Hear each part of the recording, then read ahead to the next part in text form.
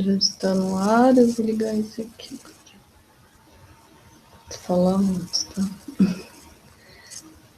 Vamos ver se as pessoas estão ouvindo.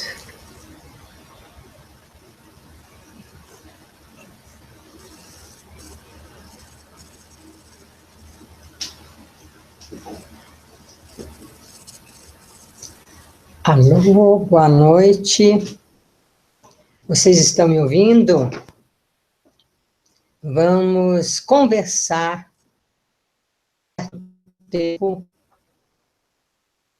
com vocês o culto cristão do lar. O culto cristão do lar é uma reunião familiar onde as pessoas sorteiam um trecho do Evangelho segundo o Espiritismo e comentam entre si o sorteado. Aqui, o meu livro, eu ganhei com muito carinho da minha amiga Beatriz Mascarenhas, na Páscoa de 1984. Então, é um volume com muito carinho. As pessoas se reúnem, fazem uma prece, podem colocar copo com água para fluidificar, para que as entidades amigas da família coloquem elementos necessários a cada um para a sua saúde, para a sua tranquilidade e a sua paz.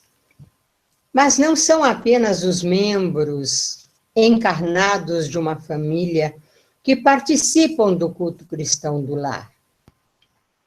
Os familiares amigos, outras entidades, até mesmo algumas que não gostem daquela família, podem comparecer e, de algum modo, aprender as lições milenares de amor, de entendimento, de sabedoria de Jesus.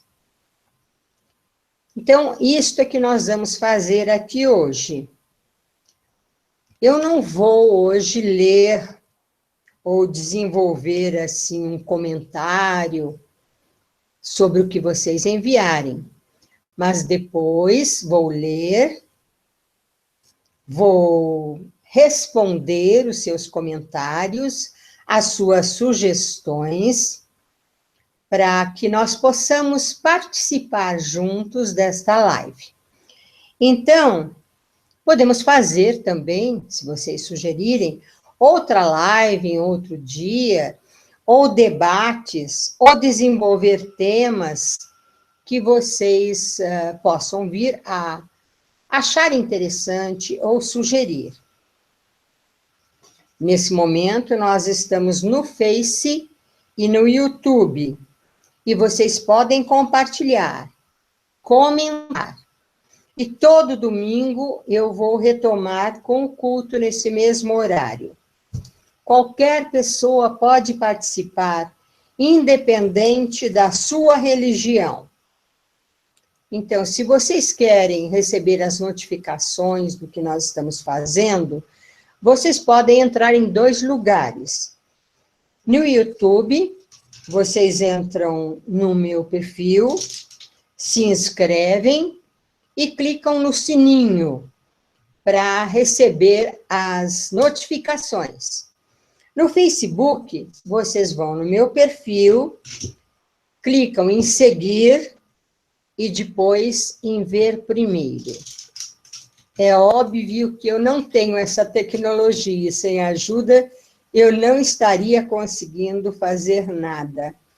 Então, agradeço muito a pessoa que está me ajudando, que sem ela, provavelmente, eu nada conseguiria fazer. Mas fico muito feliz de aparecer por aí para conversar com vocês. Então, nós vamos começar o culto com uma prece. Sugiro que você, se quiser, pode fazer a prece do Pai Nosso, tão conhecida, ou a Ave Maria, ou simplesmente falar o que lhe vier na alma no momento de abrir o seu culto cristão do lar. E é isso que eu vou fazer agora. Jesus, amado Mestre, veneráveis mensageiros celestiais, auxiliares de Jesus, amigos espirituais e familiares,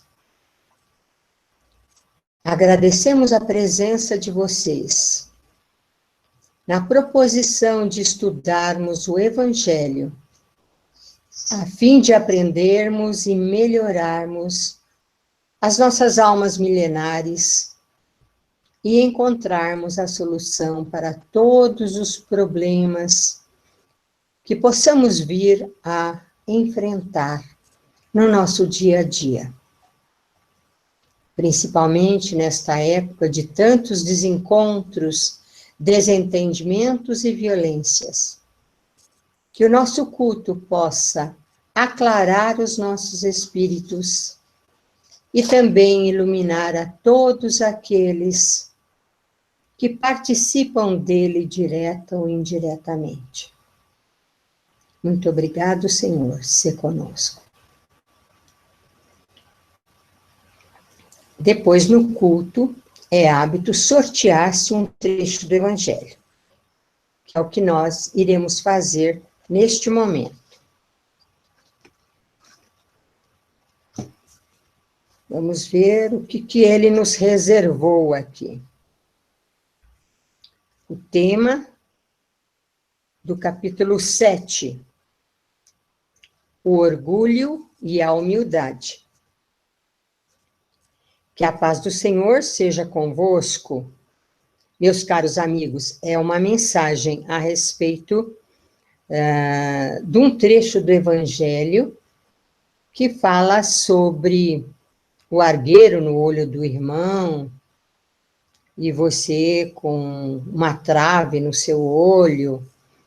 Se a sua alma tiver luz, todo o seu corpo terá luz.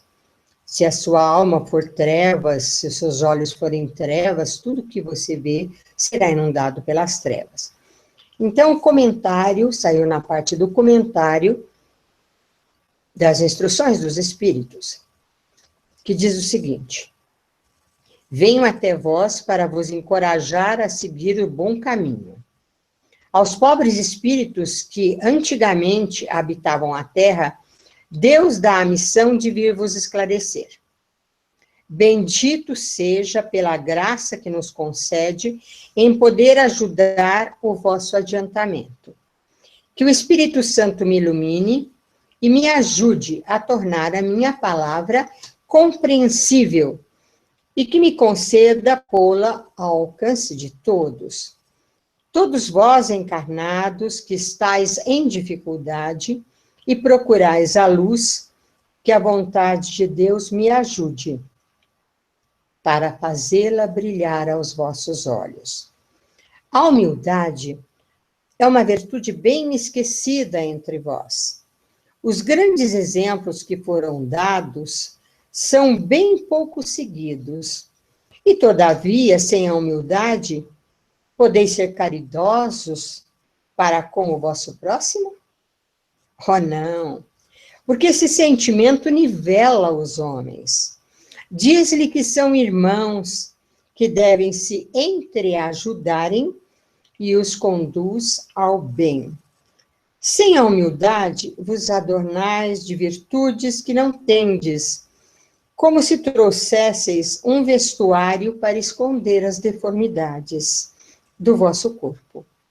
Recordai aquele que vos salva, recordai a sua humildade, que o fez tão grande e o colocou acima de todos os profetas.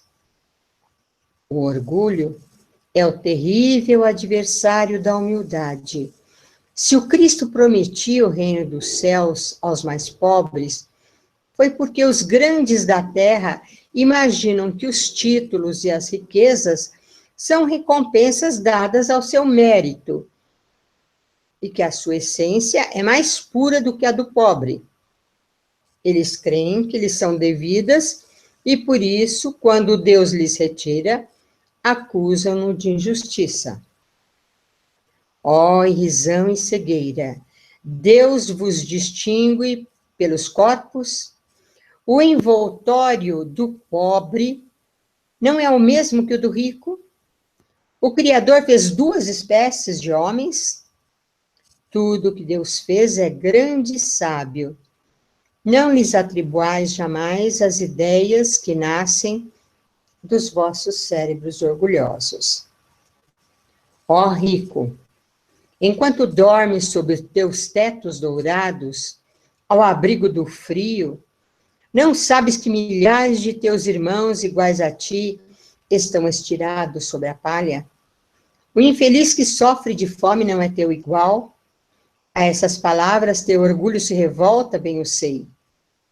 Consentirás em dar-lhe a esmola, mas apertar-lhe a mão fraternalmente? Jamais. Que, dizes, eu, descendente de sangue nobre, grande na terra, seria igual a esse miserável esfarrapado? Vã utopia de supostos filósofos. Se fôssemos iguais, por que Deus o teria colocado tão baixo e eu tão alto? É verdade que vosso vestuário não se assemelha a quase nada, mas dele, despojados ambos, que diferença haveria entre vós? A nobreza de sangue, dirás, mas a química não encontrou diferença entre o sangue do nobre e o do plebeu, entre o senhor e o escravo. Quem te diz que tu também não foste miserável e infeliz como este? Que não pediste esmolas? Que não a pedirás um dia àquele que desprezas hoje? As riquezas, por acaso, são eternas? Elas não se acabam com esse corpo envoltório perecível do teu espírito? Volta-te humildemente sobre ti mesmo. Lança, enfim, os olhos sobre a realidade das coisas desse mundo, sobre o que faz a grandeza e a inferioridade no outro. Lembra que a morte não te poupará mais do que a um outro, que os títulos não te preservarão dela, que ela pode te atingir amanhã, hoje, numa hora. E se tu te escondes no teu orgulho, então eu te lastimo, porque serás digno de piedade. Então, esta mensagem recebida pelos médiuns que trabalhavam com Kardec é bem longa. Nós vamos, portanto, ficar apenas com esse trecho, porque no Evangelho você deve ler apenas um trecho pequeno e comentá-lo. Quem escreve esse tema que nós estamos lendo é Lacordaire, Constantina, em 1863. Então, é um tema para se meditar profundamente,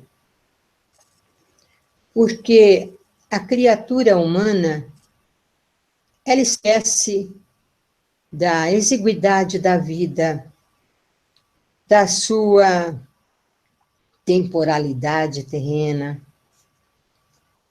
E quando ela é levada a meditar nisto, ela percebe quantas vezes suas atitudes, suas escolhas, suas ações foram levadas a efeito baseadas não na sabedoria, mas em falsos valores, em falsas conquistas, em buscas muitas vezes difíceis, exigentes, para conseguir ou dinheiro, ou títulos, ou láurea.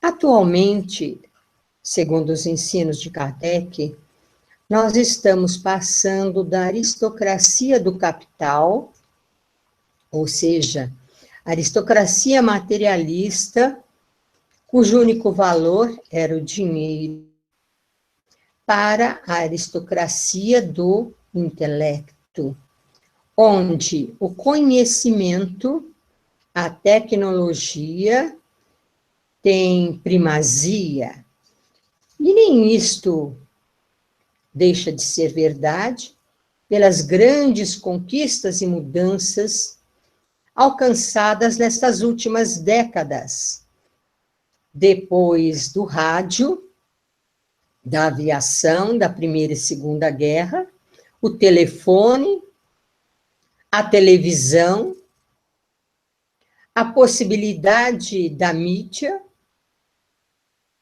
a internet, o Facebook, os celulares, a comunicação às distâncias e esta determinada política de policiamento da vida de todas as pessoas. Nunca estivemos tão expostos à avaliação alheia. Nunca estivemos tão expostos ao testemunho daquilo que nós temos. Então, há muitas qualidades e muitos defeitos. E Lacordaire está falando exatamente sobre o orgulho que é irmãozinho da vaidade, do egoísmo, de todas essas conquistas terrenas, e que é bem diferente de você ter uma satisfação, a satisfação de conseguir estudar, num planeta onde muitos não atingem essa possibilidade, a satisfação de ter um teto onde abrigar sua família, de poder usufruir de um meio de transporte que o leve mais rapidamente para exercer os seus compromissos, de possuir um cargo maior ou menor em importância que lhe possibilite uma renda que lhe dê uma vida digna do sustento material, de poder ter educação, saúde, contatos, distribuir o conhecimento, que é algo que você dá e não perde, é algo que você pode dar à saciedade e jamais lhe fará falta. E pode também usufruir desse conhecimento através de muitas criaturas que se disponibilizam a estendê-lo ao maior número de pessoas. A vida terrena é muito curta, passa muito depressa. Uma vida só não nos dá a possibilidade de um conhecimento mais amplo. Não nos dá a possibilidade do total conhecimento que ninguém tem. Reconhecer isso faz com que nós comecemos a tangenciar a humildade. A humildade é o reconhecimento da nossa pequenez, da nossa insignificância, da nossa fragilidade.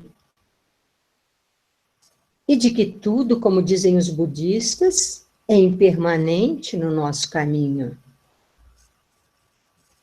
Que as situações podem mudar de um momento para o outro. E não apenas através da morte, mas através de limites que possam nos ser impostos pelas diversas situações, pelos diversos eventos nos quais nós estaremos envolvidos, e que o nosso testemunho é justamente como nós estamos agindo frente a cada situação, a cada momento. Se nós estamos sabendo utilizar as nossas emoções em proveito para nós e para os outros, ou se elas nos dominam, estão nos desestabilizando, mostrando que a nossa essência e a nossa convicção, a nossa formação de vida, a nossa ancestralidade, que nos dá uma herança biológica e também cultural, tem sido utilizada de forma adequada dentro dos padrões da nossa consciência. Numa época em que a individualidade é muito exacerbada, numa época em que se cria uma paranoia através dos meios de comunicação e depois se domina de forma hipnótica as massas através de excessiva informação e inclusive de propaganda enganosa, é mister que a nossa consciência nos leve à análise despojada e humilde de tudo aquilo que nos busca no dia a dia. E para sermos humildes, é melhor começar sabendo que somos eternos, que somos centelhas de Deus, mas que somos como aquela chama da vela que basta um sopro para que ela se apague. Sabendo disto, tudo se torna muito mais simples, muito mais fácil para ser administrado no nosso dia a dia, interna e externamente, reconhecendo que é preciso compreender os outros, entendê-los, mas penetrar mais fundo para podermos atingir a compaixão, que não é piedade e nem pieguice e nenhum desse tipo de sentimento que você possa alimentar achando que é superior ao outro. É preciso atingi-las através da sabedoria. A sabedoria com a qual Jesus se dirigia a cada um de forma diferente. Dentro da sua grandiosidade espiritual, ele sabia ser humilde com os poderosos da sua época e com os mais simples, com os necessitados, com os sofredores, com os seus 12 apóstolos, que ele conhecia tão bem. Os espíritos mais evoluídos da sua época. Mas um o negou, outro traiu, o dele. Se aqueles 12, que eram os mais elevados, mestre dos mestres, fraquejaram, e nós? Em que patamar nos colocaríamos? Geralmente, quem diz que é humilde, não é. Que é humilde, nem sabe o que é. Aquilo é tão natural nele, que ele não diz, eu sou simples, eu sou humilde. Até me lembro da música da Elis Regina, o homem que diz sou não é, porque quem é mesmo é não sou. Não adianta criar uma falsa aparência, a não ser que você se vista de forma mais simples, para chegar ao simples, ou vista uma roupa mais adequada para comparecer a algum evento que exija esse tipo de vestimenta, para não impactar os demais convidados. Não é a roupa, a identidade do seu valor pessoal. Serão os seus exemplos. Nem mesmo as suas palavras, às vezes. As palavras, o vento leva, a escrita vira documento, os arrastam. Todos nós temos esses sentimentos todos dentro de nós, ambição, egoísmo, vaidade, orgulho, vergonha, coragem, temeridade, sensação de inferioridade, desvalor, tristeza, alegria. São nosso companheiro do dia a dia. O tema da nossa editora foi por conta de uma discussão que nós tivemos com um espírito muito evoluído. Sempre o chamei de venerável. Acredito que ele teria sido o Imhotep de Ti, da rainha Ti, da 18ª dinastia, mãe do Akhenaton. E o Luxim, falando da discussão, disse que nós teríamos tudo quando tivéssemos Radu. E foi esse o nome que nós colocamos na editora para divulgação de vários livros. Radu quer dizer renúncia, abnegação, desprendimento e humildade. É um programa de vida, é um programa de ação. Então, nós vamos fazer a prece para encerrar o culto de hoje.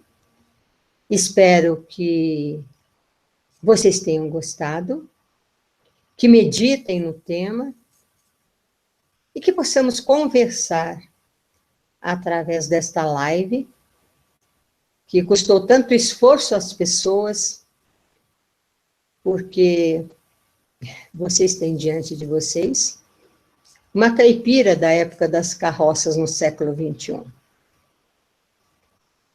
que se dirige a Jesus, agradecendo por tudo aquilo que temos recebido no nosso dia a dia e nas múltiplas vidas sucessivas. Agradecendo pela família terrena, pela família espiritual, pelos amigos, pela oportunidade de trabalhar, amar e servir.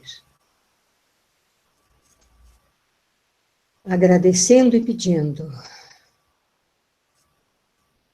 que possamos fazer algo de bom em todos os momentos da nossa vida,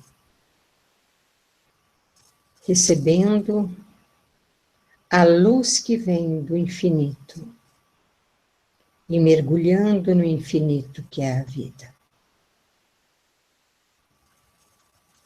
Muito obrigado a vocês e até o próximo contato.